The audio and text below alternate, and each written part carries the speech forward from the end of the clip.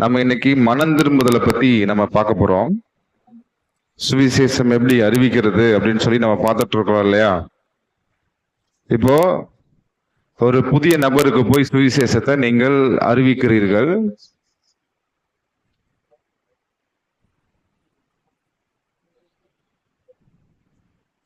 இன்னைக்கு எத்தனை பேர் மனம் திரும்பி இருக்கிறீங்க?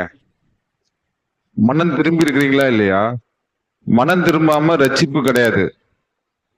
இன்னைக்கு நான் மனம் திரும்பாமலேயே நிறைய பேர் சர்ச்சுக்கு வராங்க. அப்ப மனம் திரும்புதல்னா என்ன அப்படிங்கறத நம்ம பார்க்க போறோம். ஃபர்ஸ்ட் எது மனம் திரும்புதல், எது மனம் திரும்புதல் இல்லை அப்படிங்கிறதை நாம முதல்ல அறிந்து கொள்ள வேண்டும். எது மனம் திரும்புதல் அப்படின்னு பார்க்கறதுக்கு முன்னாடி எது மனம் திரும்புதல் இல்லை என்பதை முதல்ல நம்ம பார்க்க வேண்டும். எது மனம் திரும்புதல் இல்லை, உலக பிரகாரமான மனம் திரும்புதல்னா என்ன அப்படிங்கிறத முதல்ல புரிந்து கொள்ளுங்கள். இப்போ ஒரு நபர் பாவம் செய்யறாரு, தண்ணி அடிக்கிறாரு, விபச்சாரம் செய்யறாரு, திருடுகிறாரு, இல்லீகல் ரிலேஷன்ஷிப்ல இருக்காரு, இந்த மாதிரி பாவத்துல செய்யறாரு.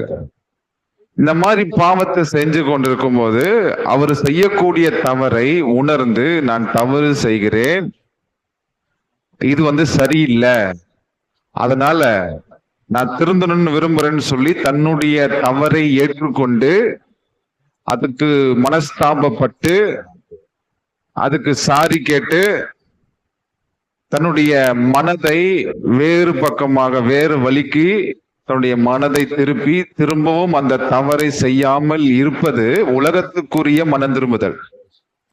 அந்த மனம் திரும்புதலை குறித்து வேதாகமம் சொல்லவில்லை. மறுபடியும் நான் சொல்றேன், இன்னைக்கு உலக பிரகாரமான மனம் திரும்புதலை எடுத்து இன்னைக்கு பிரசங்கிக்கிறார்கள். இப்போ நான் செய்யக்கூடிய பாவத்திலிருந்து நான் மனம் திரும்பி விட்டால் எனக்கு பரலோக ராஜ்யம் கிடைக்குமா, நித்திய ஜீவன் கிடைக்குமா? உலக மனுஷங்க மனம் திரும்பிட்டு தான் இருக்காங்க, தவறு செய்யறாங்க.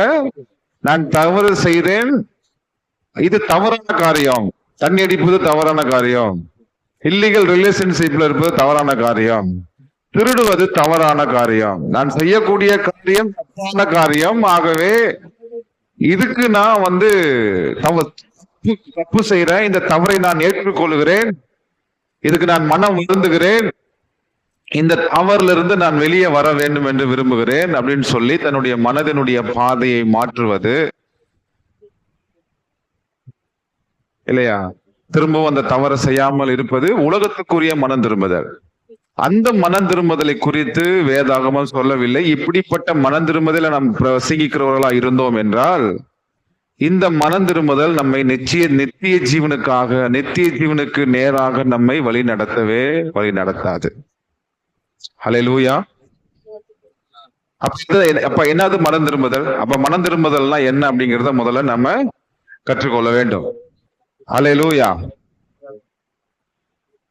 ஹல்லேலூயா.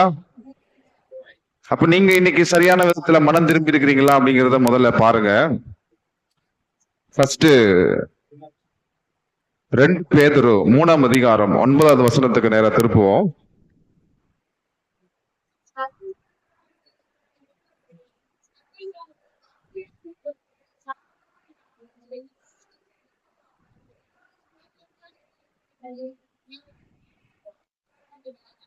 போதும். இன்னைக்கு இயேசு வராரு, இயேசு வருவாருன்னு வாக்கு தத்தம் பண்ணிருக்கிறாரு. 2.5 வருஷத்துக்கு முன்னாடியே வாக்கு தத்தம் பண்ணாரு, இன்னும் ஏங்க வராம இருக்கிறாரு? ஒரு சில பேர் சொல்றாங்க அவர் உண்மையாலுமே இருந்திருந்தா வந்திருப்பாருங்க, அவர் இல்லைங்க அதனால தாங்க வரவே இல்லை, அது சும்மா ஒரு கதாபாத்திரத்தை உண்டாக்கி இயேசுன்னு ஒருத்தர் பிறந்தாருங்க, இயேசு ஒருத்தர் மறிச்சு உயிரோட எந்திரிச்சாருங்கிற ஒரு கதாபாத்திரத்தை ஏற்படுத்தினாங்க, அது சும்மா மாயமான பிம்பம் அப்படின்னு சொல்லி காத்திருந்து ரொம்ப டயர்டா போனவங்க இப்படி சொல்றாங்க. சில பேர் எப்படி சொல்றாங்க அப்படின்னு சொன்னா, இயேசு வந்துட்டு போயிட்டாருங்க, இயேசு 100 வருஷத்துக்கு முன்னாடியே வந்துட்டு போயிட்டாருங்க, இன்னைக்கு அவருடைய 1000 வருட அரசாட்சி நடந்து கொண்டிருக்கிறது, இன்னைக்கு இந்த பூமியில நாம தான் தேவனுடைய ராஜ்யத்தை ஸ்தாபிக்க வேண்டும், தேவனுடைய ராஜ்யத்தை நாம தான் ஆண்டு கொள்ள வேண்டும் அப்படின்னு சொல்லி சில பேர் பிரசங்கிக்கிறாங்க. சில பேர் சொல்றாங்க வரப்ப வருவாருங்க அப்படின்னு சொல்லி சில பேர் சொல்றாங்க. இல்லையா? ஒரு கூட்ட ஜனங்கள் வந்து இன்னைக்கு தேவனுடைய வருகையை குறிச்சு இன்னைக்கு ஆராய்ச்சி செய்யறாங்க. இன்னைக்கு ரஷ்யா மூலியமா போர் வரப்போகுது, சைனா மூலியமா போர் வரப்போகுது, இயேசு கிறிஸ்துவனுடைய வருகைக்கான அடையாளம் அப்படின்னு சொல்லி வேதத்துல இல்லாத ஒரு சில காரியத்தையெல்லாம் சொல்லி இயேசு கிறிஸ்து வரப்போறாருன்னு பிரசங்கிக்கிறாங்க. ஆண்டவர் வந்து அவருடைய 2வது வருகையை பாத்தீங்கன்னா வாக்குத்தத்தமாக சொல்லுகிறார். அவருடைய வருகை வாக்குத்தத்தம் உடையது. ஏன் வாக்குத்தத்தம் இன்னைக்கு டிலே ஆகுது? ஆண்டவர் வாக்குத்தத்தத்தை டிலே பண்ணல. அவர் நினைச்சாருன்னா ஒரே நிமிஷத்துல தன்னுடைய வார்த்தையை நிறைவேற்ற முடியும். ஆனால் ஏன் இன்னைக்கு ஆண்டவர் வராம இருக்கிறார் அப்படின்னு சொல்லி நீங்க பாத்தீங்கன்னா, எல்லாரும் மனம் திரும்ப வேண்டும். என்ன செய்யணும்? எல்லாரும் மனம் திரும்ப வேண்டும். எல்லாரும் மனம் திரும்பினால்தான்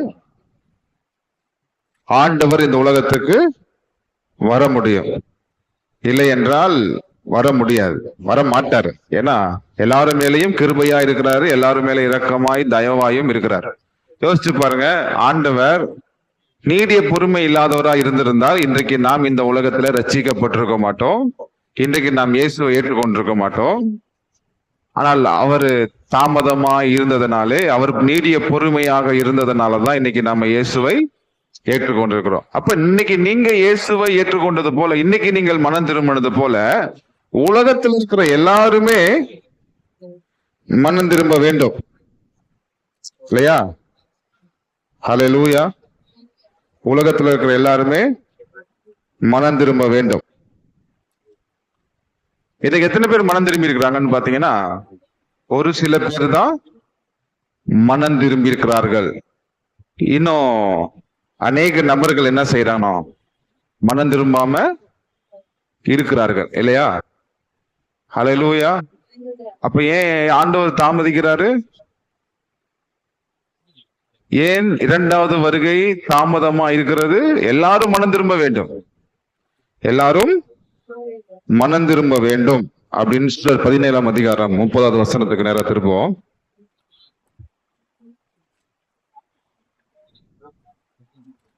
அறியாமையில் உள்ள காலங்களை தேவன் காணாதர் போல் இருந்தார். எப்பொழுதோ மனம் திரும்ப வேண்டும் என்று எங்கும் உள்ள மனுஷர் எல்லாருக்கும் கட்டளையிடுகிறார். மனம் திரும்புதல் என்பது அட்வைஸோ உபதேசமோ அல்ல, ஆண்டவர் கட்டளை கொடுக்கிறார். இது வந்து கட்டளை. கட்டளை அப்படின்னா இம்பார்ட்டன்ட். எல்லாருமே மனம் திரும்பி ஆகணும், எல்லாருமே இந்த மனம் திரும்புதலுக்கு கீழ்ப்படிந்தே ஆகணும். மனம் திரும்பாமல் ரட்சிப்பு கிடையாது, மனம் திரும்பாமல் ஆசீர்வாதம் கிடையாது, மனம் திரும்பாமல் நித்திய ஜீவன் கிடையாது. அப்ப ஆண்டவர் வந்து மனம் திரும்ப வேண்டும் என்று கட்டளையிடுகிறார். It's a commandment of God. Advice அப்படின்னா சில பேர் கீழ்ப்படியலாம், சில பேர் கீழ்ப்படியாம போலாம். உபதேசம்னா சில பேர் கேட்கலாம், சில பேர் கேட்காம போலாம். ஆனால் மனம் திரும்புதல் அப்படிங்கிறது தேவனுடைய கட்டளையாய் இருக்கிறது. இயேசு கிறிஸ்துவ முதல்ல வந்து இந்த உலகத்துல என்ன பிரசங்கம் பண்ணாரு? மனம் திரும்புதலை குறிச்சுதான் பிரசங்கம் பண்ணார். மத்தேயு 4ஆம் அதிகாரம் 17வது வசனம். மத்தேயு 4:17. அது முதல் இயேசு மனம் திரும்புங்கள், பரலோக ராஜ்யம் சுயமா இருக்கிறது என்று பிரசங்கிக்க தொடங்கினார். இயேசு என்ன பண்ணாரு? என்னன்னு பிரசங்கம் பண்றாரு? மனம் திரும்புங்கள், பரலோக ராஜ்யம் சமீபமா இருக்கிறது அப்படின்னு சொல்லி பிரசங்கம் பண்ணுகிறார். தேவனுடைய ராஜ்யம் நம்மை ஆண்டு கொள்ள வேண்டும் என்றால், தேவனுடைய ராஜ்யம் நமக்குள்ள வர வேண்டும் என்றால் நாம் மனம் திரும்பி ஆக வேண்டும். தேவனுடைய ராஜ்யம் வெகு தூரத்துல இல்ல, தேவனுடைய ராஜ்யம் மிகவும் சமீபமாய் இருக்கிறது. ஆகவே நீங்கள் மனம் திரும்புங்கள், தேவனுடைய ராஜ்யம் உங்களை ஆண்டு கொள்ளும் அப்படின்னு சொல்றார். அதனால பவுலும் வந்து மனம் திரும்புதலை குறித்து பிரசங்கிக்கிறார். இப்ப பாருங்க, ஒருத்தர்கிட்ட போய் சுவிசேஷத்தை அறிவிக்கிறீங்க. யாரு சுவிசேஷத்தை கவனிப்பார்கள், யாரு சுவிசேஷத்தை ஏற்றுக்கொள்வார்கள் என்று சொன்னால், யாரு தன்னை பாவி என்று ஏற்றுக்கொள்கிறார்களோ, யாரு தன்னை பாவி என்று உணர்கிறார்களோ அவர்களே சுவிசேஷத்துக்கு செவி கொடுப்பார்கள். இன்னைக்கு சபைக்கு வருகிற நபர்கள், இன்னைக்கு கோயிலுக்கு போகிறவர்கள், மசூதிக்கு போறவங்க, இவங்கெல்லாம் எதுக்கு கோயிலுக்கு போறாங்க அப்படின்னா, சாமி நமக்கு நல்லது பண்ணணும், கோயிலுக்கு போனா தோசை நீங்கும், கல்யாணம் நடக்கும், வீட்டுல நல்லது நடக்கும், நமக்கு ஆசீர்வாதம் பெருகும், நமக்கு நன்மையான காரியங்கள் நடக்கும் அப்படின்னு தான் எல்லாருமே கோயிலுக்கு போறாங்க. இன்னைக்கு சர்ச்சுக்கு வரக்கூடிய நபர்களும் எதுக்காக வராங்கன்னா நன்மையானதை தேடுவதற்காக வராங்க. சர்ச்சுக்கு போனோம்னா ஆசீர்வாதம் கிடைக்கும், செழிப்பு உண்டாகும், சுகம் உண்டாகும், நன்மையான காரியங்கள் உண்டாகும் அப்படின்னு சொல்றதுக்காகத்தான் சர்ச்சுக்கும் வராங்க. இப்போ ஒரு கோயிலுக்கு போகிற நபர்கள் மனம் திரும்ப முடியாது, இப்ப எண்ணத்திலே வருகிறவர்கள் மனம் திரும்ப முடியாது. ஆண்டவருடைய பிரதான நோக்கம் என்ன? நம்முடைய பாவங்கள் மன்னிக்கப்பட்டு நாம் தேவனுடைய ஐக்கியத்தோடு கூட இணைக்கப்பட வேண்டும், இழந்து போன நித்திய ஜீவனை நாம் திரும்ப பெற வேண்டும், நாம் தேவனோடு கூட வாழ வேண்டும் என்பதுதான் தேவனுடைய பிரதான நோக்கமா இருக்கிறது. ஆண்டவர் நம்மை ரட்சிக்க வேண்டும் என்று விரும்புகிறார், நம்மை மீட்க வேண்டும் என்று விரும்புகிறார், பாவத்திலிருந்து நம்மை ரட்சிக்க வேண்டும் என்று விரும்புகிறார், நமக்கு இழந்து போன ஐக்கியத்தை திரும்ப தர வேண்டும் என்று விரும்புகிறார், தேவனுடைய நீதியை தேவன் நமக்கு தர வேண்டும் என்று விரும்புகிறார். அப்போ நியாயப்பிரமாணம் என்ன செய்து நம்மை தேவனிடத்தில் வழிநடத்துகிற உபாதியாக இருக்கிறது என்று சொல்லி நாம் பார்க்கிறோம். அப்ப நீங்க சுவிசேஷத்தை நீங்க ஸ்டார்ட் பண்ணுகிறதுக்கு முன்னாடி முதல்ல ஒரு நபர் பாவத்துல இருக்கிறார் என்பதை நீங்கள் என்ன செய்யணும்? உணர்த்தணும். யாரு சுவிசேஷத்தை கேட்பா? யாரு தன்னை பாவி என்று ஏற்றுக்கொள்ளுகிறார்களோ அவர்கள் தான் முதல்ல சுவிசேஷத்தை கேட்பாங்க. அப்போ நீங்க என்ன செய்யணும்? அவங்க பாவிங்கிறத எப்படி உணர்த்துவீங்க? நியாயப்பிரமாணத்தை பிரசங்கிக்கிறதின் மூலமா தான் அவங்க பாவிங்கிறத நீங்க உணர்த்துவீங்க. நியாயப்பிரமாணம் என்பது எப்படி இருக்குது? ஒரு எக்ஸ்ரே மிஷின் மாதிரி அவங்களுடைய பாவத்தை எக்ஸ்போஸ் பண்ணுது, அந்த அவங்களுடைய பாவத்தை காட்டுகிறது, அவங்களுடைய குற்றங்களை வெளிப்படுத்துகிறது. நியாயப்பிரமாணம் ஒரு கண்ணாடி மாதிரி. ஆனால் இந்த நியாயப்பிரமாணம் ஒரு மனிதனை மனம் திரும்புதலுக்கு நேராக நடத்தாது, கிருபை மாத்திரமே மனம் திரும்புதலுக்கு நேராக நம்மை நடத்தும். நீங்க நியாயப்பிரமாணத்தை பிரசங்கம் பண்ணிக்கிட்டீங்கன்னா நீங்க மனம் திரும்பிடுவாங்களா? இல்ல. நியாயப்பிரமாணம் எதற்கு? அவங்க பாவிங்கிறத உணர்றதுக்கு மாத்திரம்தான் நியாயப்பிரமாணம். அப்புறமா நீங்க என்ன செய்ய வேண்டும்? சுவிசேஷத்தை நீங்கள் அறிவிக்க வேண்டும். பல வாரமா நான் உங்களுக்கு சுவிசேஷத்தை சொல்லி கொடுத்துட்டு இருக்கிறேன். சுவிசேஷம் என்பது என்ன? 2 லைன்ல சொன்னா, இயேசு கிறிஸ்து நம்முடைய பாவங்களுக்காக மரித்து நம்மை நீதிமானாக மாற்றும்படியாக இயேசு கிறிஸ்து உயிர் தெழுந்தார் என்பதுதான் சுவிசேஷம். இதை நீங்க என்ன செய்யணும்? கொஞ்சம் விரிவா அவங்களுக்கு சொல்லணும். அப்போ சுவிசேஷத்தை நீங்கள் அறிவிக்கும் பொழுது அவங்களுக்குள்ள அந்த விசுவாசம் இருந்தால், அவர்கள் தேவனுடைய வசனத்தை விசுவாசித்தால், சுவிசேஷத்தை கேட்டு அவர்கள் என்ன செய்வார்கள்? மனம் திரும்புவார்கள். என்ன செய்வாங்க? மனம் திரும்புவாங்க. ஆனா சுவிசேஷத்தை விசுவாசிக்கலன்னா அவங்க மனம் திரும்ப மாட்டாங்க. ஆண்டவர் பாருங்க, பல உவமைகளை சொல்றாரு. பைபிள்ல பல உவமைகளை சொல்லுகிறார். மத்தேயு எழுதின சுவிசேஷ புஸ்தகம், மத்தேயு 15ஆம் அதிகாரம், லூக்கா 15ஆம் அதிகாரம் 3வது வசனம்.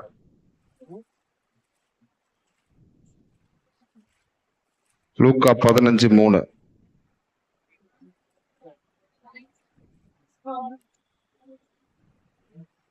உங்களில் ஒரு மனுஷன் 100 ஆடுகளை உடையவனாயிருந்து அவைகளில் ஒன்று காணாமல் போனால் 99 ஆடுகளையும் வனாந்தரத்திலே விட்டு காணாமல் போன ஆட்டை கண்டு பிடிக்கும் அளவும் தேடி தெரியானோ?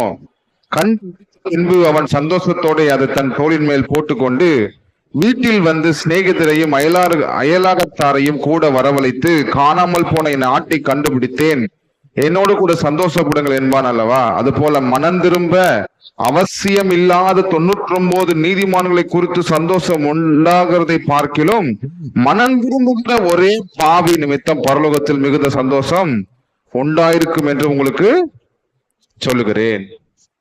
மனம் திரும்பாத 99 ஆட்டை குறித்து ஆண்டவர் சந்தோஷப்படவில்லை, மனம் திரும்புகிற ஒரு பாவி நிமித்தம். இல்லையா? 7வது வசனத்துல பாருங்க. அது போல மனம் திரும்ப அவசியம் இல்லாத 99 நீதிமான்களை குறித்து சந்தோஷம் உண்டாகிறதை பார்க்கிலும் மனம் திரும்புகிற ஒரே பாவி நிமித்தம் பரலோகத்தில் மிகுந்த சந்தோஷம் உண்டாயிருக்கும் என்று விரும்புகிறேன். அப்ப யாரு மனம் திரும்புறா? பாவிதான் மனம் திரும்பணும். யாரு மனம் திரும்ப வேண்டும்? பாவிகள் தான் வந்து மனம் திரும்ப வேண்டும். நீதிமான் என்ன செய்ய வேணாம்? மனம் திரும்ப வேண்டாம். பாவிங்க தான் மனம் திரும்ப வேண்டும். அப்ப நீங்க சுவிசேஷத்தை அறிவிக்கும் போது தன்னை பாவி என்று ஏற்றுக்கொள்கிறவன் என்ன செய்வான்? மனம் திரும்புவான். தன்னை பாவி என்று ஏற்றுக்கொள்ளாதவன் மனம் திரும்ப மாட்டான். அதே போல 8வது வசனம், அன்றையும் ஒரு 10 வெள்ளி காசை உடையவரா இருந்து அதில் ஒரு வெள்ளி காசு காணாமல் போனால் விளக்கை கொளுத்தி அதை கண்டுபிடிக்கும் வரைக்கும் ஜாக்கிரதையா தேடாமல் இருப்பாளோ? கண்டுபிடித்து தன் சிநேகிதர்களையும் அயலால் வீட்டுக்காரரையும் கூட வரவழைத்து காணாமல் போன வெள்ளி காசை கண்டுபிடித்தேன், என்னோடு கூட சந்தோஷப்படுங்கள் என்பாள் அல்லவா? அது போல மனம் திரும்புகிற ஒரே பாவி நிமித்தம் தேவனுடைய தூதருக்கு முன்பாக சந்தோஷம் உண்டாயிருக்கிறது என்று உங்களுக்கு சொல்லுகிறேன் என்றார். பாத்தீங்கன்னா பல உவமைகள் வந்து பைபிள்ல வந்து இருக்கிறது. இன்னைக்கு பாருங்க, பாவிங்க தான் மனம் திரும்ப வேண்டும், பாவிங்க தான் மனம் திரும்புவார்கள். தன்னை நீதிமான் என்று எண்ணுகிறவர்கள், சுய நீதியில இருக்கிறவர்கள் மனம் திரும்பவே மாட்டார்கள். பாவிங்க தான் மனம் திரும்புவார்கள். அப்போ மனம் திரும்புதல்னா என்ன? What is the repentance? இப்ப நான் உங்ககிட்ட கேக்குறேன், உங்களுடைய வியூ பாயிண்ட் என்ன? மனம் திரும்புதல்னா என்னது? மனம் திரும்புதல்னா என்ன நினைக்கிறீங்க? எத்தனை பேர் மனம் திரும்பி இருக்கிறீங்க? கிறிஸ்துவ வாழ்க்கையில மனம் திரும்பி இருக்கிறீங்களா? ரட்சிப்பை ஏற்றுக்கொள்வதற்கு, தேவனுடைய மீட்பை ஏற்றுக்கொள்வதற்கு மனம் திரும்பி இருக்கிறீங்களா? சொல்லுங்க. மனம் திரும்பாம எப்படிங்க ரட்சிக்கப்பட முடியும்? மனம் திரும்பாம ரட்சிக்கப்பட முடியும்? மனம் திரும்பாம யாருக்குமே ரட்சிப்பு இல்ல. மனம் திரும்பினவர்கள் மாத்திரம்தான் ரட்சிப்பை ஏற்றுக்கொள்ள முடியும். அப்ப என்னன்னு மனம் திரும்பி இருக்கிறீங்க? 19வது வசனம், அப்போஸ்தலர் 3:19. அப்போஸ்தலர் 3:19. ஆனபடினாலே கர்த்தருடைய சன்னிதானத்திலிருந்து இளைப்பாறுதலின் காலம் வரும்படிக்கும் முன் குறிக்கப்பட்ட இயேசுவை அவர் உங்களிடத்தில் அனுப்பும்படிக்கும் உங்கள் பாவங்கள் நிவர்த்தி செய்யப்படும் பொருட்டு நீங்கள் மனம் திரும்பி குணப்படுங்கள். உங்கள் பாவங்கள் நிவர்த்தி செய்யப்படும் பொருட்டு நீங்கள் மனம் திரும்பி குணப்படுங்கள் என்று சொல்றார். கவனிங்க, மனம் திரும்புதல் 3 காரியங்களை உள்ளடக்கியது. முதல் பாயிண்ட் என்னன்னா, நீங்க நித்திய ஜீவனை ஏற்றுக்கொள்ள போறீங்க. இந்த மனம் திரும்புதல் என்னத்துக்கு? மனம் திரும்புதலின் அவசியம் என்ன? இயேசு கிறிஸ்துவினுடைய பாவ மன்னிப்பை நீங்கள் ஏற்றுக்கொள்ள போகிறீங்க. அந்த பாவ மன்னிப்பின் மூலமாக தேவனுடைய நீதியை ஏற்றுக்கொள்ள போறீங்க.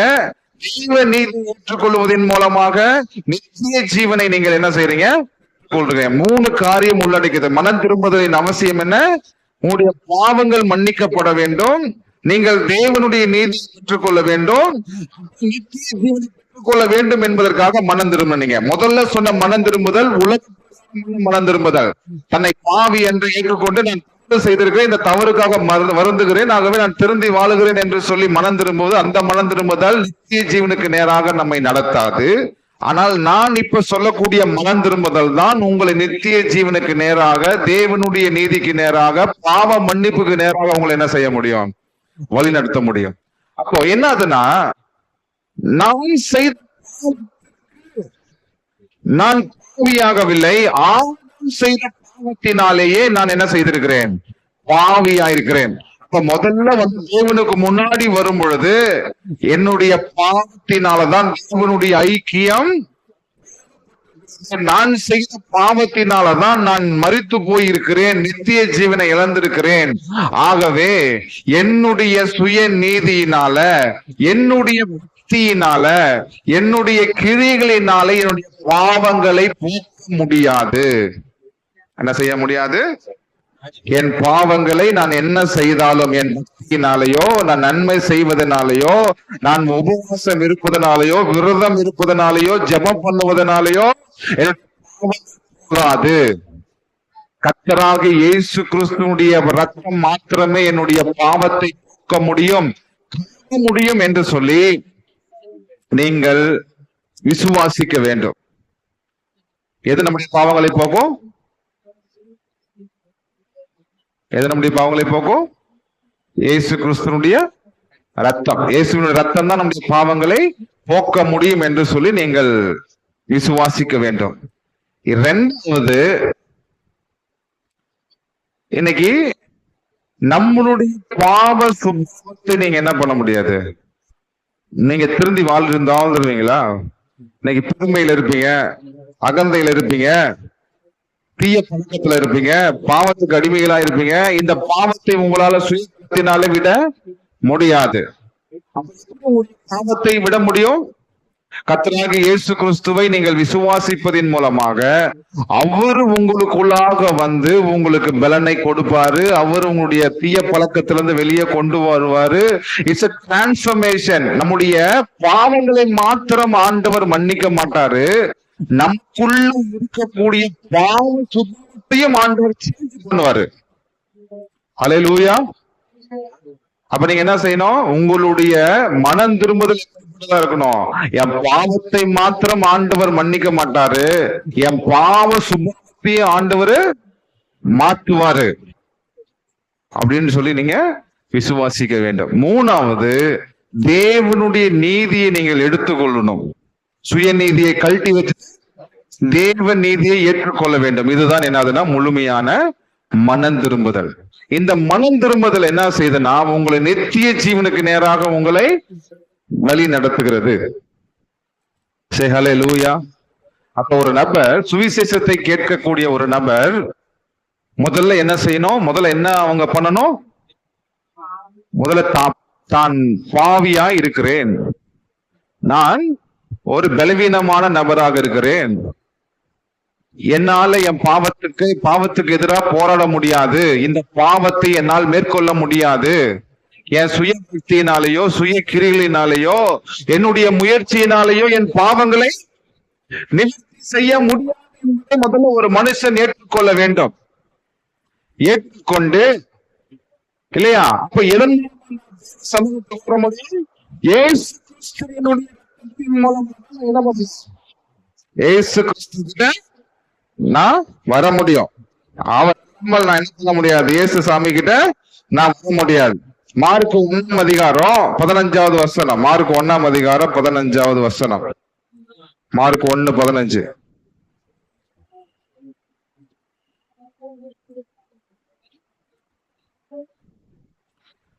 1:15. காலம் நிறைவேறிட்டு தேவனுடைய ராஜ்யம் சுபமாயிற்று, மனம் திரும்பி சுவிசேஷத்தை விசுவாசியுங்கள். அப்போ உங்க மேல இருக்கிற நம்பிக்கையை தேவன் மேல வைக்கிறீங்க பாத்தீங்களா, சுவிசேஷத்தை விசுவாசிக்கிறீங்க பாத்தீங்களா, அதுதான் உண்மையான மனம் திரும்புதல். ஹல்லேலூயா. என்னது? உங்க மேல இருக்கிற நம்பிக்கையை, உங்களுடைய பலத்தை, உங்களுடைய எண்ணங்களை எல்லாம் கழட்டி வச்சுட்டு எதை விசுவாசிக்கிறீங்க? சுவிசேஷத்தை விசுவாசிக்கிறீங்க. இப்ப விசுவாச வாழ்க்கைக்குள்ளாக நீங்கள் வருகிறீர்கள். அதுதான் என்னது? மனம் திரும்புதல். மறுபடியும் சொல்றேன், மொத்தம் மனம் திரும்புதல் என்பது 3 பாயிண்ட உள்ளடக்கியது, 3 காரியத்தை உள்ளடக்கியது. என்னதுன்னா, முதல்ல நான் பாவி என்று ஏற்றுக்கொள்ளணும். இந்த பாவத்துக்கான பரிகாரத்தை நான் செய்ய முடியாது, இந்த பரிகாரத்தை இயேசு கிறிஸ்து செய்து முடித்திருக்கிறார். இரண்டாவது, என் பாவத்தை என்னால் மேற்கொள்ள முடியாது, இயேசு கிறிஸ்துவினுடைய உதவியின் மூலமா தான், இயேசு சாமி எனக்குள்ள வரும் பொழுதுதான் நான் பாவத்தையெல்லாம் விட்டு பரிசுத்தமான வாழ்வுக்குள்ளாக நான் வருவேன் என்று சொல்லி நீங்க என்ன செய்யணும்? இயேசு கிறிஸ்துவை நீங்கள் ஏற்றுக்கொள்ள வேண்டும். மூணாவது, தேவனுடைய நீதியை நீங்கள் என்ன செய்யணும்? ஏற்றுக்கொள்ள வேண்டும். உங்களுடைய சுயநீதியை கழட்டி வச்சுட்டு தேவன் நீதியை நீங்க என்ன செய்யணும்? ஏற்றுக்கொள்ள வேண்டும். அப்ப இந்த 3 காரியம் உள்ளடக்கிறது தான் மனம் திரும்புதல். இந்த மனம் திரும்புதலை குறித்து நீங்கள் என்ன செய்ய வேண்டும்? சுவிசேஷத்தை பிரசங்கிக்கிற பொழுது மனம் திரும்ப வேண்டும் என்று நீங்கள் பிரசங்கிக்க வேண்டும். ஆண்டவர் என்ன பண்றாரு? நான் நீதிமானை அழைக்க வரவில்லை, பாவியை அழைக்கவே வந்தேன் என்கிறாரு. பாவி மனம் திரும்ப வேண்டும் என்பதற்காகவே நான் அவனை அழைக்க வந்தேன் என்று சொல்றாரு. அப்ப நீங்களும் என்ன செய்யணும்? பாவி மனம் திரும்ப வேண்டும் என்று சொல்லி நீங்க மனம் குறித்து பிரசங்கிக்க வேண்டும். இயேசு மனம் பிரசங்கம் செய்தார். அப்ப நான் இந்த மனம் பிரசங்கிக்க வேண்டும். ஹல்லேலூயா. என்ன பிரசங்கிக்கணும்? மத்தேயு 3 அதிகாரம்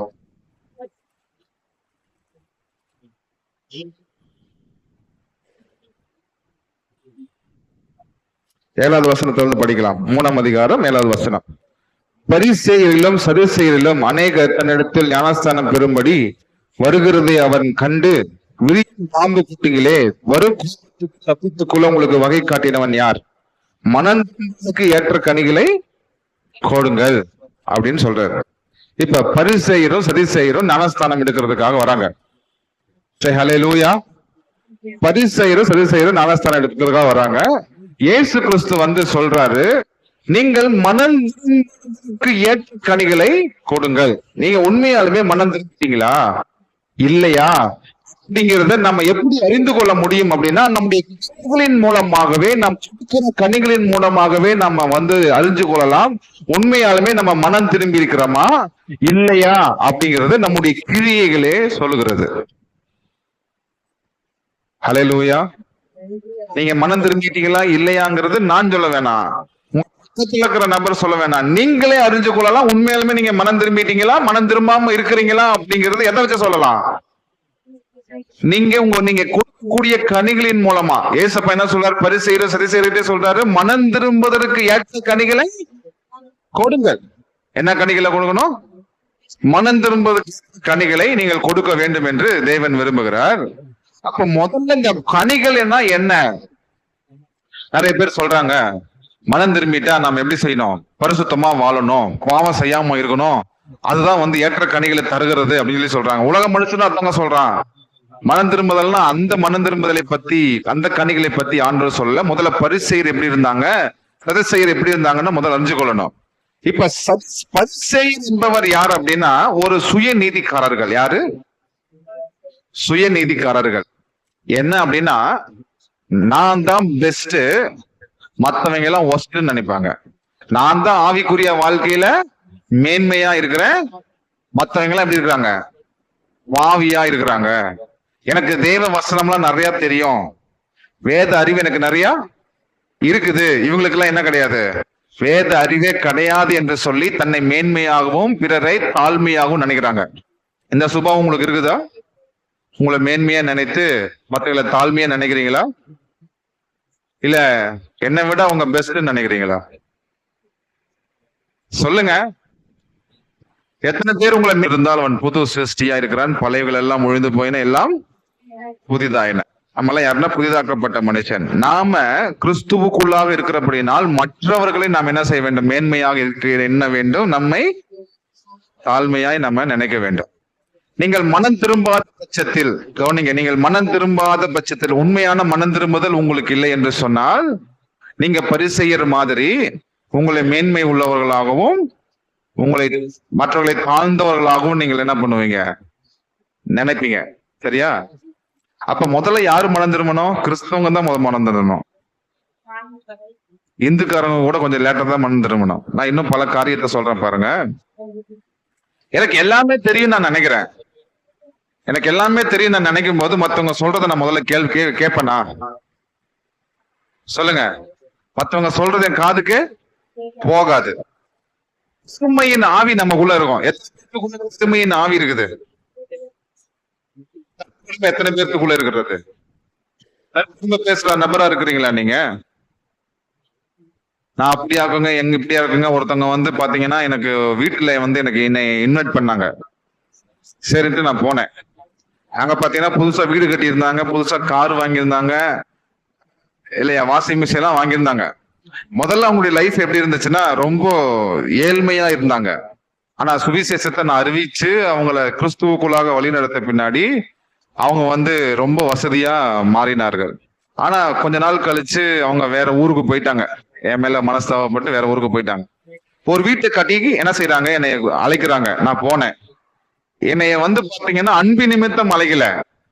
அவங்க இந்த மாதிரி வீடு கட்டி இருக்கிறாங்க, வந்து என் வீட்டை பாருங்க, டிவியை பாருங்க, வாஷிங் மிஷினை பாருங்கன்னு கூட்டிட்டு போய் எல்லா இடத்துலயும் காமிச்சாங்க. எல்லாம் சூப்பரா இருக்குதுங்க அப்படின்னு. பாத்துட்டியாப்பா நீ கிளம்புப்பான்னு சொல்லி அமுச்சு விட்டுட்டாங்க. ஒரு டீ கூட என்ன பண்ணல, அவங்க வச்சு கொடுக்கல.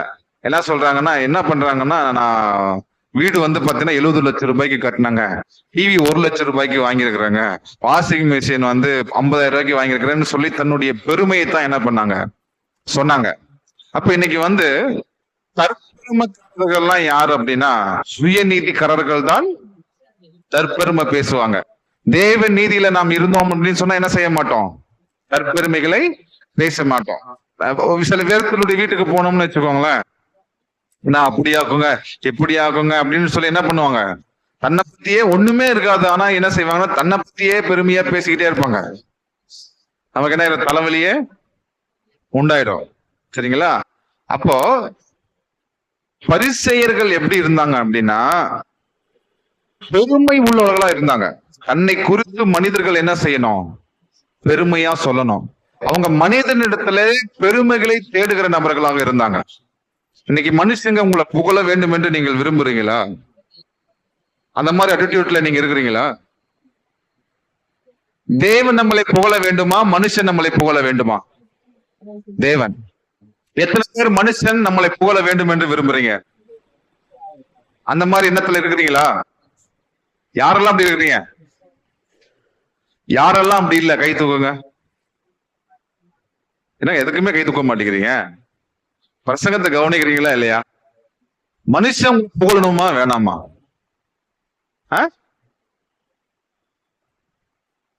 மனுஷன் உங்களை புகழவே வேணாங்க. மனுஷனுடைய வாயிலேயே உழுவ வேணாம். கெட்டதும் சொல்ல வேணாம், நல்லதும் சொல்ல வேணாம். புரியுதுங்களா? ஆனால் யாரு நம்மை குறித்து புகழ வேண்டும்? தேவன் தான் நம்மளை குறித்து புகழ வேண்டும். சரியா? மனுஷங்க நம்மளை குறித்து என்ன செய்ய வேணாம்? புகழ வேண்டாம். நம்ம நன்மை செஞ்சாலும் சரி, தீமை செஞ்சாலும் சரி, தேவனுடைய பார்வையில அது இருந்துட்டு போகுது. மனுஷங்க என்ன செய்ய வேணாம்? நம்மளை புகழ வேண்டாம். நம்ம பெருமை உள்ளவர்களா இருக்க வேண்டாம். சரியா? அதே மாதிரி விதமாக நன்மை செய்வார்கள். பிறருடைய பெருமைகளை எதிர்பார்க்கிறவர்கள், பிறருடைய புகழ்ச்சி எதிர்பார்க்கிறவர்கள் தன்னுடைய தான தர்மத்தை, தன்னுடைய ஜபத்தை, தன்னை நல்ல என்ன செய்வாங்க? காட்டிக் கொள்வாங்க. காணிகை கொடுத்தாலும் எப்படி செய்வாங்க? பப்ளிக்கா கொடுப்பாங்க. தான தர்மம் செஞ்சாலும் பப்ளிக்கா செய்வாங்க. எந்த நன்மை செஞ்சாலும் எதுக்காக நன்மை செய்யறாங்கன்னா பிற நபர்கள் நன்றாக இருக்க வேண்டும் என்று அவங்க நல்லது செய்யல. எதுக்காக நல்லா செய்யறாங்கன்னா 4 பேர் என்ன செய்யணும்? நம்மள புகழ வேண்டும். 4 பேர் நம்மள என்ன பெருமையா பேச வேண்டும். என்ன செய்யறாங்க? நன்மை செய்யறாங்க. அந்த மாதிரி காணிக்க தரீங்களா? நீங்க இந்த மாதிரி நன்மை செய்றீங்களா? தேவனுடைய பார்வையில இந்த மாதிரி நன்மைகள் தெரிஞ்சா போதும். மற்றவர்கள் புகழ வேண்டிய அவசியம் கிடையாது. அதே மாதிரி 4வது பாயிண்ட் பாருங்க. வெளிப்புறமா எப்படி இருப்பாங்கன்னா பரிசுத்தமா இருப்பாங்க. பரிசுத்தமான வாழ்க்கைய வாழ்ந்துகிட்டு இருப்பாங்க.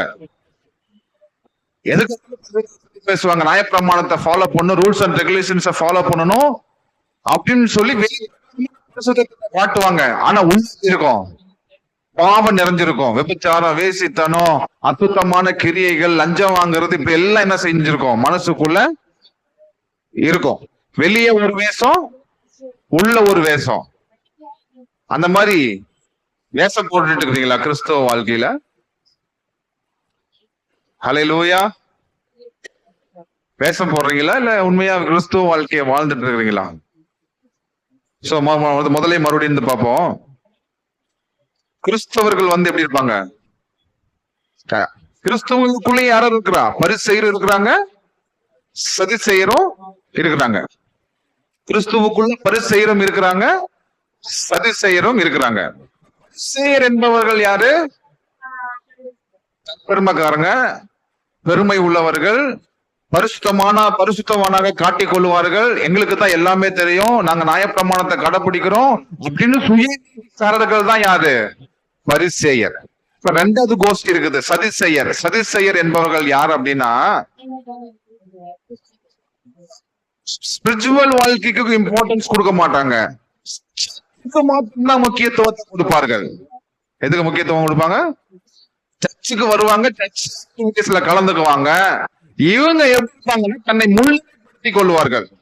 நாங்க தான் சர்ச்ல லீடர். பதவி கொடுக்கலன்னா என்ன செய்ய மாட்டாங்க?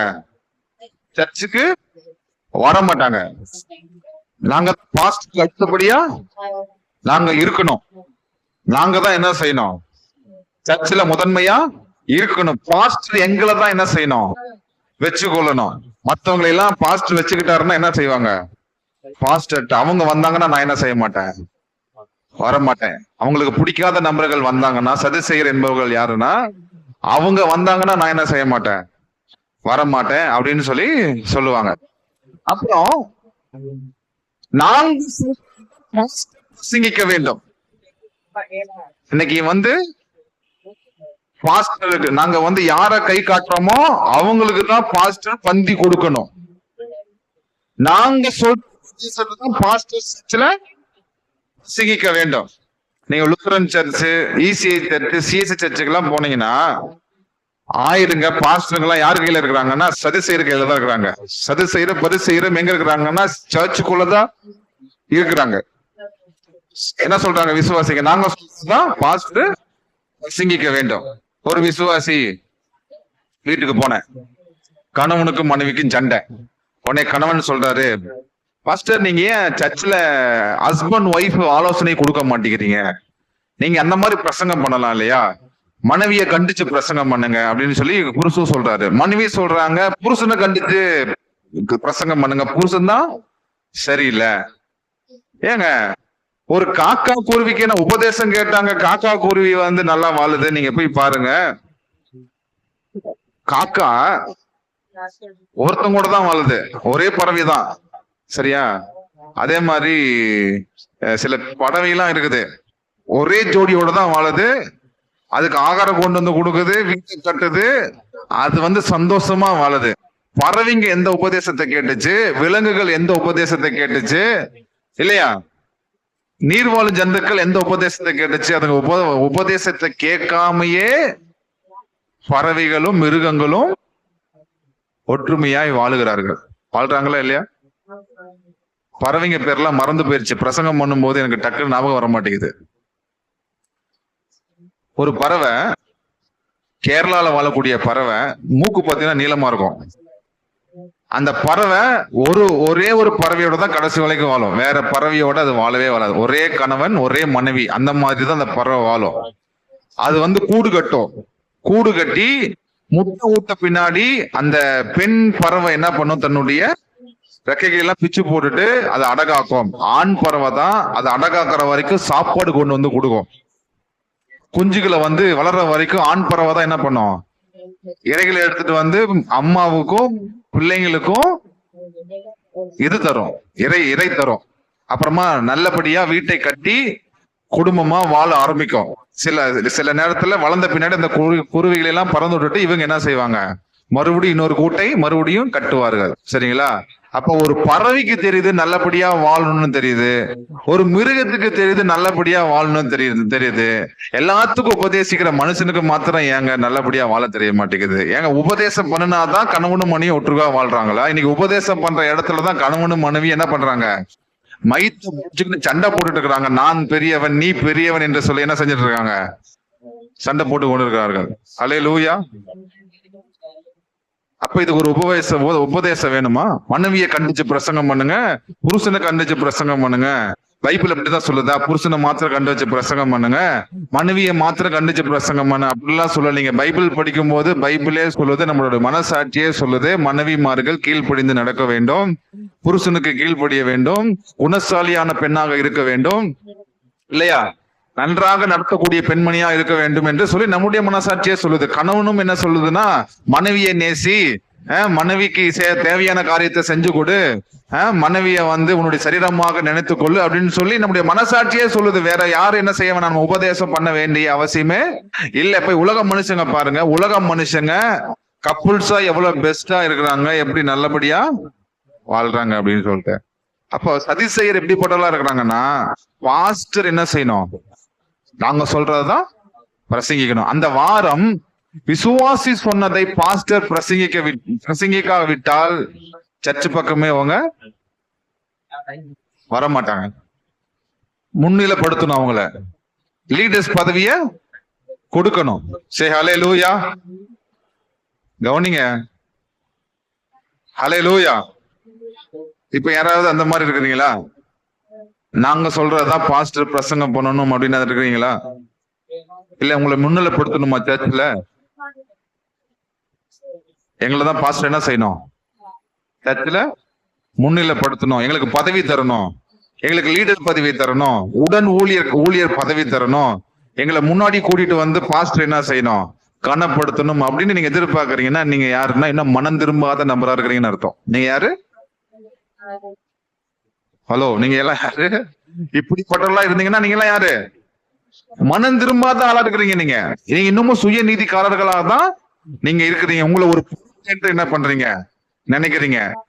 நீங்க பாஸ்டர் உங்களை முன்படுத்த வேண்டாம், பாஸ்டர் உங்களை முன்னிலைப்படுத்த வேண்டாம், நீங்களும் உங்களை முன்னிலைப்படுத்த வேண்டாம். உங்களை அழைத்தவர் நிச்சயமா உங்களை முன்னிலைப்படுத்துவாரு. ஆனா நீங்க என்ன செய்யணும்? ஏற்ற கனிகளை நீங்கள் தருகிறவர்களாய் நீங்கள் இருக்க வேண்டும். நீங்க முதல்ல சுவிசேஷம் பிரசங்கிக்கிறவளா இருக்க வேண்டும், ஆத்தும ஆதாயத்தை செய்யறவளா இருக்க வேண்டும். சபையில நான் லீடரா இருக்கணும், நான் அரசியல் பண்ணணும். சர்ச்சுக்குள்ள என்ன செய்யறாங்க? எலெக்ஷன் வைக்கிறாங்க. நான் தலைவர், நான் செயலாளர், நான் பொருளாளர்னு சொல்லி பதவி என்ன செய்யறாங்க? பிரித்து கொள்கிறாங்க. வெளியே தான் பாலிடிக்ஸ் பாத்தீங்கன்னா என்ன செஞ்சுட்டு இருக்காங்க? பாலிடிக்ஸ் பண்ணிட்டு இருக்காங்க இல்லையா? ஹல்லேலூயா. அந்த மாதிரி பாலிடிக்ஸ் பண்றீங்களா சர்ச்சுக்குள்ள? நான் பெரியவன், நீ பெரியவன், ஒருத்தர் பேசிக்காம மூஞ்சி திருப்பிட்டு போறது, அந்த மாதிரிலாம் என்ன செய்யக்கூடாது? பாலிடிக்ஸ் பண்ணக்கூடாது. அந்த மாதிரி நீங்க பாலிடிக்ஸ் பண்றவங்க எல்லாம் இருக்கிறீங்கன்னா நீங்க யாருன்னா மனம் திரும்பாத ஒரு நபரா இருக்கிறீங்க. இப்படிப்பட்ட நபரை பார்த்துதான் ஆண்டவர் சொல்றாரு, பரிசேயரையும் சதுசேயரையும் பார்த்து சொல்றாரு, மனம் திரும்புதலுக்கு ஏற்ற கனிகளை போடுங்கள். அப்ப நீங்க மனம் திரும்பிட்டீங்கன்னா முதல்ல உங்களை என்ன எப்படி இருப்பீங்க? தாழ்மையான மனதுள்ளவர்களா இருப்பீங்க. எப்படிப்பட்ட மனதுள்ளவர்களா இருப்பீங்க? தாழ்மையான மனம் திரும்புதல் இருப்பீங்க. பிறரை குறை சொல்ல மாட்டீங்க, பிறரை நியாயம் தீர்க்க மாட்டீங்க. ஆண்டவர் சொல்றது என்ன? மனம் திரும்புதலுக்கு ஏற்ற கனிகளை கொடுங்கள் அப்படின்னு சொன்னா என்னது? பிறரை குறித்து நாம் குறை சொல்லக்கூடாது, பிறரை குறித்து நாம் நியாயம் தீர்க்க கூடாது, நம்மை மேன்மையாக எண்ணக்கூடாது, நாம் பெருமை உள்ளவர்களாய் இருக்கக்கூடாது, சுயநீதிக்காரர்களாய் நாம் இருக்கக்கூடாது, நம்மை நாமளே முன்னிலை கூடாது, நாம் தலைவர்களா இருக்க வேண்டும் என்று சொல்லி பாஸ்டரை அப்படி நடத்தக்கூடாது. நாம் கீழ்ப்படிந்து நடக்கிறவர்களா இருக்க வேண்டும், தாழ்மையான மனதுள்ளவனா இருக்க வேண்டும் இல்லையா? கிறிஸ்துவனாய் நாம் இருக்க வேண்டும் என்பதுதான் மனம் திரும்புதலுக்கு ஏற்ற கன்னிகள் இல்லையா? ஹல்லேலூயா. சில பேர் என்ன பண்றாங்கன்னா நாங்க ஊழியத்தை செய்கிறோம், நாங்கள் ஊழியத்தை செய்கிறோம். மோசே என்ன ஊழியத்தை செய்தார்? ஊழியத்தை யூடியூப் ஓபன் பண்ணி பார்த்தாங்கன்னா, ஓபன் பண்ணி பார்த்தோம்னு வைங்களேன், அந்த ஊழியக்காரர் அப்படி பண்றாரு, இந்த ஊழியக்காரர் இப்படி பண்றாருன்னு என்ன பண்ணிட்டு இருக்காங்க? ஊழியக்கார கூட சொல்லிட்டு இருக்காங்க. அது பரிசுத்த ஆவி கிடையாது, அது சூத்த ஆவி. அந்த மாதிரி ஆவியெல்லாம் என்ன பண்ணாதீங்க, கேட்காதீங்க. யூடியூப்ல சரி, நீங்களும் என்ன பண்ணுங்க? மற்றவங்களை குறித்து என்ன பண்ணக்கூடாது? ஹல்லேலூயா. சில பேர் பாருங்க, ரோமர் 2ஆம் அதிகாரம்,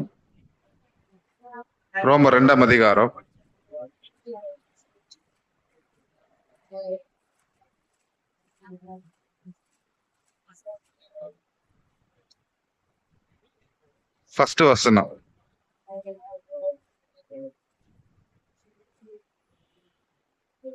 ஆகையால் மற்றவர்களை குற்றவாளியாக தீர்க்கிறவனே நீ யாராலும் சரி, போக்கு சொல்ல உனக்கு இடமில்லை.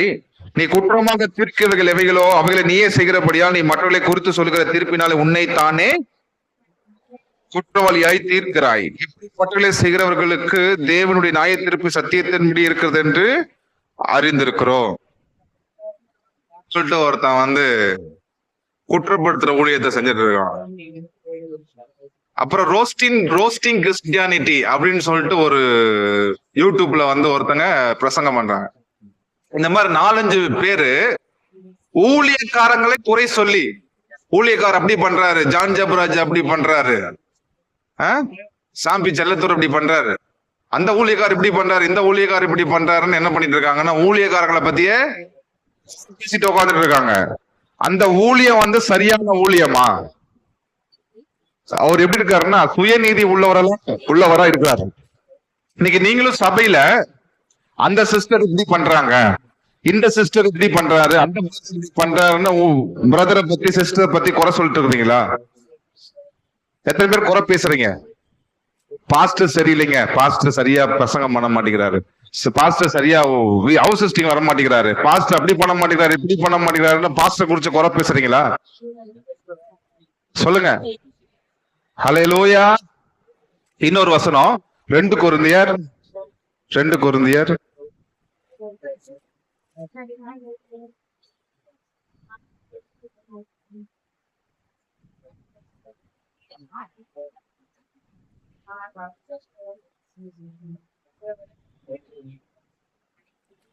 6வது வசனம், புது உடன்படிக்கையின் ஊழியக்காரா இருக்கும்படி அவரை எங்களை தகுதி உலகாக்கினார். அந்த உடன்படிக்கை எழுத்துக்குறிதா இராமல் ஆவிக்குறிதா இருக்கிறது. எழுத்துக் கொள்ளுகிறது ஆவியோ உயிர்ப்பிக்கிறது. எழுத்துக்களினால் எழுதப்பட்ட கற்களில் பதிந்திருந்த மரணத்துக்கு ஏதுவான ஊழியத்தை செய்த மோசையினுடைய முகத்திலே மகிமை பிரகாசம் உண்டானபடியால் இஸ்ரவேல் புத்திரர் அவன் முகத்தை நோக்கி பார்க்க கூடாது இருந்தார்களே. மோசே ஊழியத்தை செஞ்சாரு. 7வது வசனம், எழுத்துக்களினால் எழுதப்பட்டு கற்களில் பதிந்திருந்த மரணத்துக்கு ஏதுவான ஊழியத்தை செய்த மோசையினுடைய முகத்திலே. மோசே என்ன ஊழியத்தை செய்யறாரு? சத்தமா சொல்லுங்க. மரணத்துக்கு ஏதுவான ஊழியத்தை செய்கிறார். மோசே மரணத்துக்கு ஏதுவான ஊழியத்தை செய்கிறார். அப்புறம் 9வது வசனம், ஆக்கினி தீர்ப்பு கொடுக்கும் ஊழியம் மகிமை உள்ளதா இருந்தால் நீதியை கொடுக்கும் ஊழியம் அதிக மகிமைக்குள்ளதாய் இருக்குமே. இப்ப கவனிங்க, நம்மை குற்றப்படுத்துவதற்காக தேவன் தெரிந்து கொள்ளவில்லை. உண்மையாலுமே மனம் திரும்பி இருந்தால் நீங்கள் சுயநீதிக்காரர்களா இருக்க மாட்டீங்க, குற்றப்படுத்துறவர்களா இருக்க மாட்டீங்க, நியாயம் தீர்க்கிறவர்களா இருக்க மாட்டீங்க, மற்றவர்களை குறை சொல்லுகிறவர்களா நீங்க இருக்க மாட்டீங்க. நீங்கள் குறை சொல்லுகிறவர்களாகவும் நியாயம் தீர்க்கிறவர்களாகவும் குற்றப்படுத்துகிறவர்களாகவும் உங்களை மேன்மையாக நினைத்துக் கொண்டு தாழ்மையாக எண்ணுவர்களாகவும் உங்களை நீங்க பேசுகிறவர்களாகவும் நீங்கள் இருக்கிறீர்கள் என்று சொன்னால் நீங்க யாரு? மனம் திரும்பாத ஒரு நபர். ஹல்லேலூயா. நீங்கள் இப்படிப்பட்ட நபர்களாக நீங்கள் இன்னைக்கு சபையில இருக்கிறீர்கள் என்று சொன்னால் இன்றைக்கு என்ன பண்ணுங்க? மனம் திரும்புங்க. இன்னைக்கு என்ன பண்ணுங்க? மனம் திரும்புங்க. ஹல்லேலூயா. என்ன செய்யணும்? மனம் திரும்ப வேண்டும். என்ன செய்யணும்? மனம் திரும்ப வேண்டும். அப்ப மனதின் நபர்கள் எப்படி இருப்பாங்க அப்படின்னு சொன்னா இதுக்கு ஆப்போசிட். நியாயம் தீர்க்கிற ஊழியத்தை செய்ய மாட்டாங்க, நீதியை கொடுக்கிற ஊழியத்தை செய்வாங்க. சில பேர்லாம் பார்த்தீங்கன்னு வச்சுக்கோங்களேன், சில நபர்கள் அழிந்து, தனக்கு பிடிக்காத நபர்கள் அழிந்து போகும் பொழுது, கெட்டு போகிற பொழுது, அவங்க நாசக்கேடு ஆகும் பொழுது சந்தோஷப்படுவாங்க. அப்படி இருக்கக்கூடாது. நாம் அவர்களை குறித்து என்ன செய்யணும்? பரிதாபப்பட வேண்டும். அவங்களை குறித்து சாரியா நினைக்கணும். அவங்களை குறித்து நம்ம என்ன பண்ணணும்? அக்கறையாக நினைக்க வேண்டும். அதுதான் என்ன ஒரு நீதிமானுக்கு அடையாளம். நாம் நீதியை கொடுக்கிற ஊழியத்தை செய்கிறோம். நம்ம எப்படிப்பட்ட ஊழியத்தை செய்யறோம்? 9வது வசனம் பாருங்க. 9வது வசனத்தை படிங்க. 9வது வசனம், ஆக்கினை தீர்ப்பு கொடுக்கும் ஊழியம் மகிமை உள்ளதால் நீதியை கொடுக்கும் ஊழியம் அதிக மகிமை உள்ளதா இருக்குமே. நாம் எப்படி ஊழியத்தை செய்யறோம்? நியாயத்திற்கு ஊழியத்தை செய்யல, ஊழியத்தை செய்யல. என்ன ஊழியத்தை செய்யறோம்? நீதியை கொடுக்கிற ஊழியத்தை செய்யறோம். அப்ப என்ன செய்யணும்? ஆண்டவர் உன்னை நேசிக்கிறார், உன் பாவங்களை மன்னித்திருக்கிறார், உன்னை நீதிமானாக மாற்றிருக்கிறாருங்கிற சுவிசேஷத்தை நீங்க பிரசங்கர்களா இருக்கணுமே தவிர மற்றவர்களை குறித்து நீங்க என்ன செய்யக்கூடாது? குறை சொல்லுவர்களாகவும் குற்றம் சொல்லுவர்களாகவும் நியாயம் தீர்க்கிறவர்களாகவும் முதல்ல நீங்க என்ன பண்ணக்கூடாது? இருக்கக்கூடாது. முதல்ல நம்முடைய சபை மக்கள் அப்படிப்பட்டவர்களா இருக்கக்கூடாது, பெருமை உள்ளவர்களா இருக்கக்கூடாது. நான் உங்க வீட்டுக்கு ஹவுஸ் விசிட்டிங் வரேன்னா நான் வந்தா மாத்திரம் இல்ல, என்னைக்குமே உங்க வாயில என்ன பண்ணக்கூடாது? தற்பெருமையான வார்த்தைகள் வரக்கூடாது. ஒரு சிஸ்டர் சொல்றாங்க, சொல்லக்கூடாது ஆனா சொல்றேன். ஃபர்ஸ்ட் அந்த சிஸ்டர் பாக்குறதுக்கு குரங்கு மாதிரிதான் இருந்தாங்க. அந்த சிஸ்டர் தன்னை பத்தியே சொல்றாங்க, ஃபர்ஸ்ட் என் அழகுக்கு அவன் ஈடாக முடியுமா? ஃபர்ஸ்ட் என் அழகு என்ன, என் ஸ்ட்ரக்சர் என்ன, என் பாடி என்ன?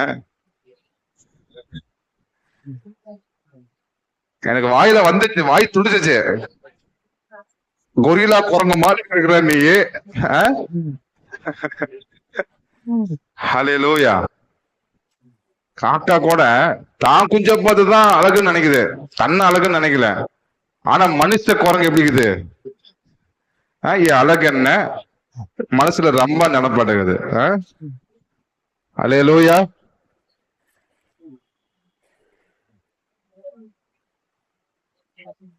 நம்ம ஆளுங்களும் தற்பெருமை உள்ளவர்களா இருந்தாங்க ஆரம்பத்துல. சில பேரு, எல்லாத்தையும் சொல்லல, சில பேரு. அதாவது வீட்டுல போனா எதுக்கு போறோம்? ஆக்சுவலா ஹவுஸ் விசிட்டிங் என்னத்துக்கு? நான் சொல்றேன்னு தப்பா நினைக்காதீங்க.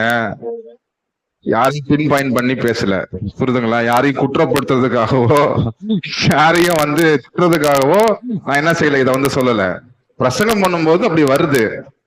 ஆவியானவர் என்ன செய்யறாரு? உங்களோடு கூட இடைப்படுகிறார். யார் இடைப்படுகிறார்? ஆவியானவர் உங்களோடு கூட இடைப்படுகிறார். அல்லேலூயா.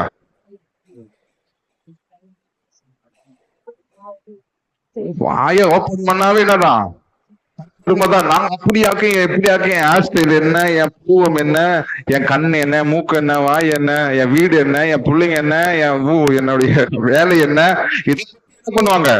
பெருமையா பேசிட்டு இருப்பாங்க. ஹவுஸ் விசிட்டிங் என்னத்துக்கு? நல்லா ஜெபம் பண்றீங்களா?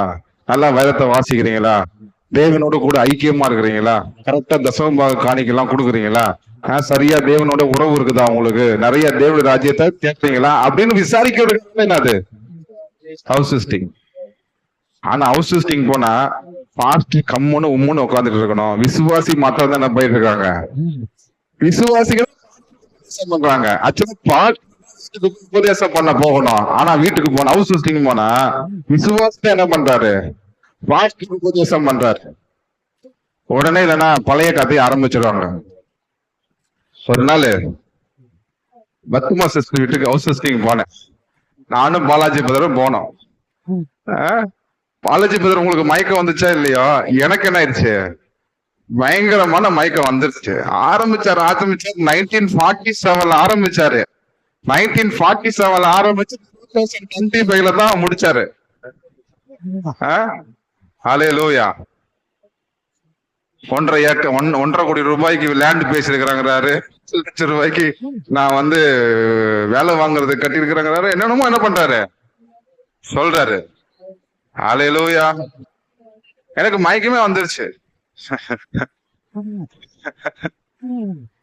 ஒரு வீட்டுக்கு போகும்போது பாஸ்டர் ஹவுஸ் விசிட்டிங் வாங்க பாஸ்டர் அப்படின்னு கூப்பிட்டாங்க. ஜெபம் பண்ண வாங்க பாஸ்டர்னு கூப்பிட்டாங்க. நானும் போனேன். எல்லாம் ஜெபம் பண்ணி முடிச்சாச்சு, பியெல்லாம் ஓட்டி முடிச்சாச்சு. மத்தியானம் 4 மணி. காலையும் சாப்பிடல, மத்தியானமும் சாப்பிடல. சோத்த போட்டாங்க. எனக்குன்னா கை காலெல்லாம் நடுங்குது. ஜெபம் பண்ணி பயங்கரமான பசி. இப்படி எடுத்து கொண்டு போய் வாய்க்கு கூட்டு போற உடனே ஆரம்பிக்கிறாங்க. பாஸ்டர் ஆரம்பிச்சாங்க. 4 மணிக்கு சோத்த போட்டு 5:30 மணிக்கு தாங்க சாப்பிட்டு முடிச்சேன். என் நிலைமை யோசிச்சு பாருங்க. தற்பெருமை பேசுறதுல ஒரு அளவு இருக்குது. அளவுக்கு மீறி என்ன பண்ணக்கூடாது, போக கூடாது. ஆனா விசுவாசிங்க பாத்தீங்கன்னா ரொம்ப ஒஸ்ட்டுங்க. யாரு சொல்றேன்? உலக பிரகாரமான மனுஷன் சொல்லல. உலக பிரகார மனுஷன் வீட்டுக்கு போனா கூட, இயேசு அறியாதவன் வீட்டுக்கு போனா கூட என்ன செய்யறான் தெரியுமா? அடுத்தவனை பத்தி குறை சொல்ல மாட்டான். பொறுமையா பேச மாட்டான். எங்க வீட்டுல இவ்வளவு பிரச்சனை இருக்குதுங்க, இதை நிவர்த்தி பண்றதுக்கு என்னங்க சொல்யூஷன், ஏதாவது ஜெபம் பண்ணுங்க, அப்படிதான் பேச ஆரம்பிப்பாங்க. நமக்கு ஜெபம் பண்றதுக்கு ஒரு இன்ட்ரெஸ்ட் வரும். ஆனா ஒரு விசுவாசி வீட்டுல போய் உக்காந்தா பாஸ்டர் பாஸ்டர் சர்ச்சுக்கு கூட வராம பண்டிகை போட்டுக்கிறாங்க, போய் அங்க பண்டிகையில போய் கடாவிரத்தை சாப்பிட்டு இருக்கிறாங்க, சோறு சாப்பிட்டு இருக்கிறாங்க. இவங்க எல்லாம் என்ன பாஸ்டர் கிறிஸ்தவங்க? நீங்களா கேட்க மாட்டீங்களா? சர்ச்சுக்கு வந்தா முக்காடே போடாம உக்காந்துட்டு இருக்கிற ஆளுங்க, கால் மேல போட்டுக்கிட்டு உக்காந்துட்டு இருக்காங்க. அவன் இப்படி பண்றான், இவன் இப்படி பண்றான், இவன் இப்படி பண்றான், என்ன சொல்லி என்ன செய்யறது? விசுவாசிய குறை சொல்றது. நாம ஏதாவது ஓபன் பண்ணிட்டோம்னா அடுத்தது அந்த சகோதரிட்ட போயிட்டு பாஸ்டர் ஹவுஸ் விசிட்டிங் வந்தாரு, உன்னை பத்தி இப்படி எல்லாம் சொல்லிட்டு போயிட்டாரு அப்படின்னு என்ன பண்ணிடுறது? பத்த வச்சுடுறது. சாதாரண விசுவாசிகளும் கிடையாது. அதனால அசாதாரணமான விசுவாசிங்க. அதனால விசுவாசிங்கள்ட்ட நான் என்ன பண்றதில்ல, வாயவே ஓபன் பண்றது கிடையாது. ஹல்லேலூயா. நாம ஏதாவது சொல்லிட்டோம்னா பாஸ்டர் என்ன பண்ணிட்டாரு, செய்யறதுக்கு முன்னாடியே செஞ்சாங்க அப்படின்னு சொல்லி சொல்றாங்க.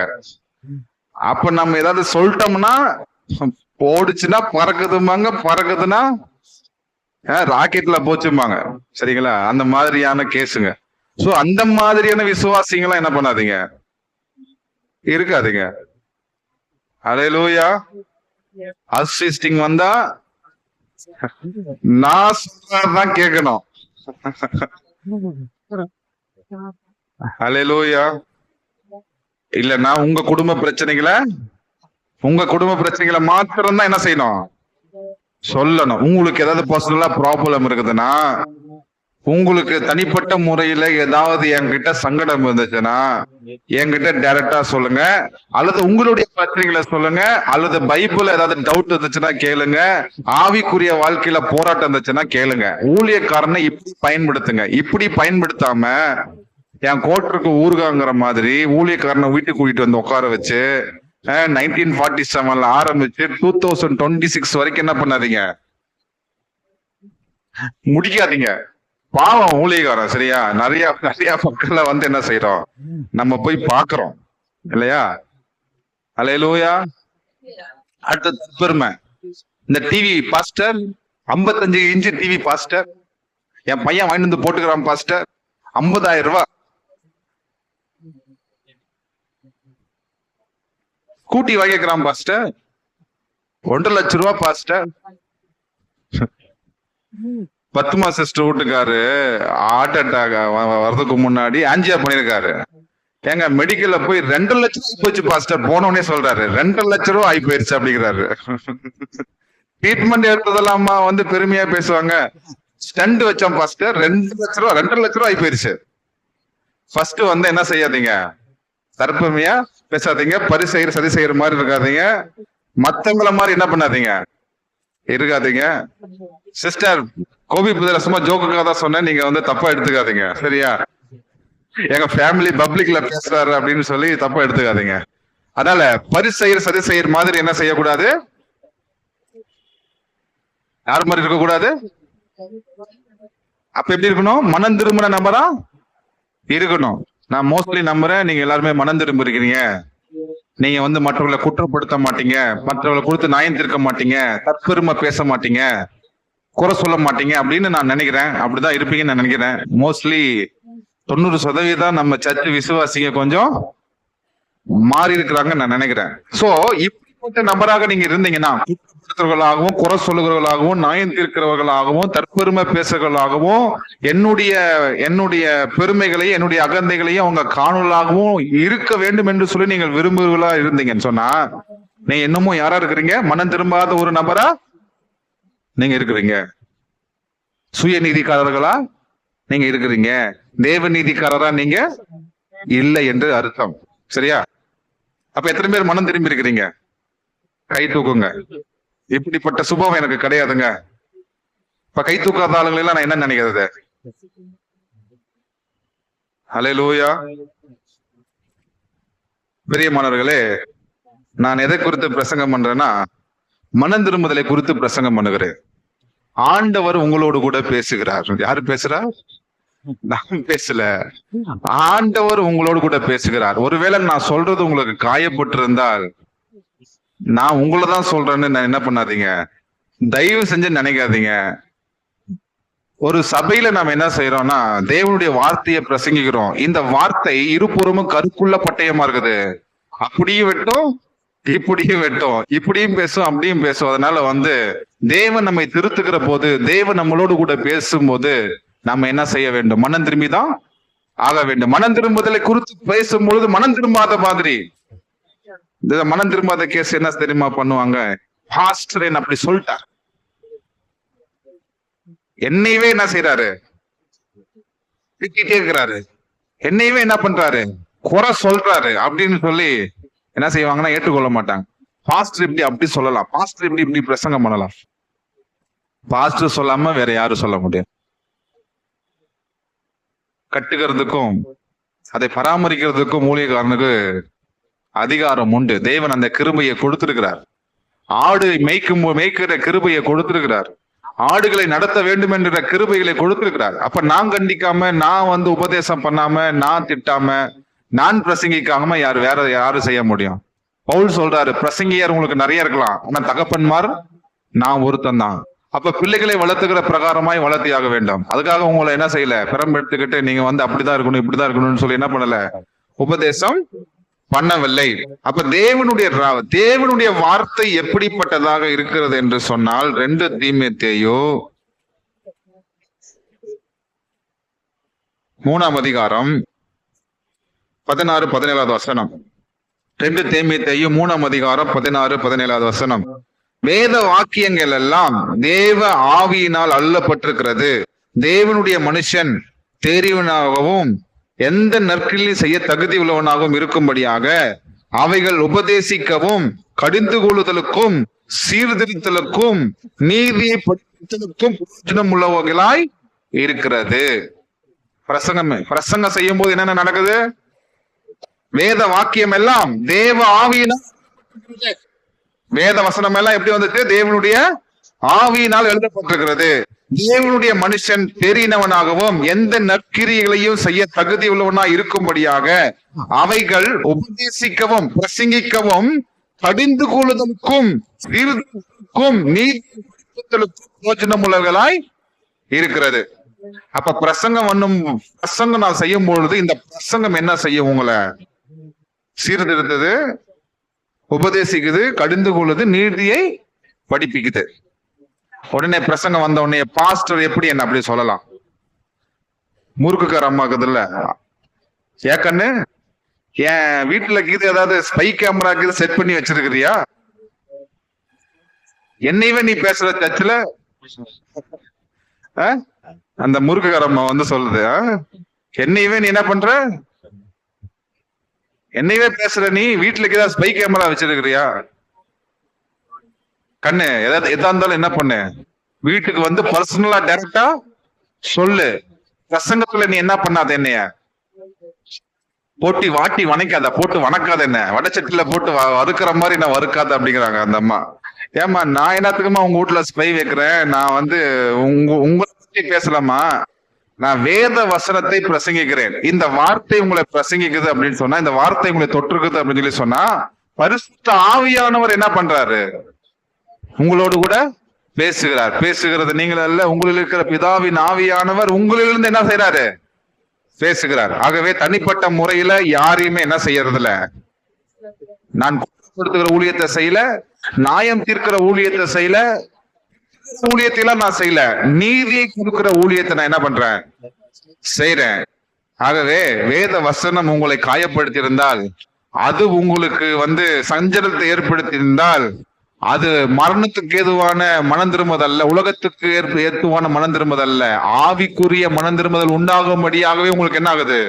துக்கமும் சஞ்சலமும் உண்டாகிறது. சரியா? அப்போ மனம் திரும்புதலை குறித்து நீங்கள் என்ன செய்ய வேண்டும்? பிரசங்கிக்க வேண்டும். ஏன்னா 8:45 ஆகி போயிருச்சு. இன்னும் பிரசங்கமே செய்யலையே. சரி, எந்திரிச்சு நிற்போம். முடிச்சிடலாம். 8:45 ஆயிடுச்சு. அடுத்த வாரம் பார்ப்போம்.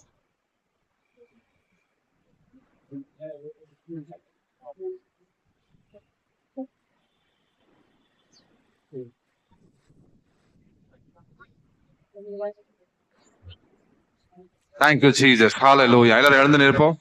கர்த்தாவே, இந்த நேரத்தில் என்னோட கூட துதிக்கிறோம். எங்கள் மத்தியிலே வாசம் பண்ணுகிறதுக்காக ஸ்தோத்திரம். கிருபையும் சந்தோஷமும் சமாதானமும் ஆசீர்வாதமும் எங்களுக்கு உண்டா இருக்கிறதுக்காக உமக்கு நன்றி. நாங்க எல்லாரும் ஆண்டவரே மனம் திரும்பும்படியான கிருபை நீர் எங்களுக்கு தந்ததுக்காக ஸ்தோத்திரம். மனம் திரும்புதலுக்கு ஏற்ற கனிகளை கொடுக்கும்படி நீர் எங்களுக்கு கிருபை செய்கிறதுக்காக ஸ்தோத்திரம். தொடர்ந்து வழிநடத்தும் ஆசீர்வதியும் இயேசுவின் நாமத்தில் ஜெபிக்கிறோம் என் ஜீவனுள்ள நல்ல பிதாவே, ஆமென். என் ஆத்துமாவே கர்த்தரே ஸ்தோத்திரே, என் முழு உள்ளமையுடைய பரிசுத்த நாமத்தையே ஸ்தோத்திரே. என் ஆத்துமாவே கர்த்தரே ஸ்தோத்திரே, அவர் செய்த சகல பாரங்களையும் மறவாதே. ஆமென், ஆமென். நம்முடைய கர்த்தராகிய இயேசு கிறிஸ்துவின் கிருபையும் பிதாவாகிய தேவனுடைய அன்பு பரிசுத்த ஆவியானவருடைய அந்யோன்ய ஐக்கியமும் நம்மளுடைய தங்கி இருப்பதாக. ஆமென், ஆமென், ஆமென். ஸ்தோத்திரம். Praise the Lord. ஸ்தோத்திரம்.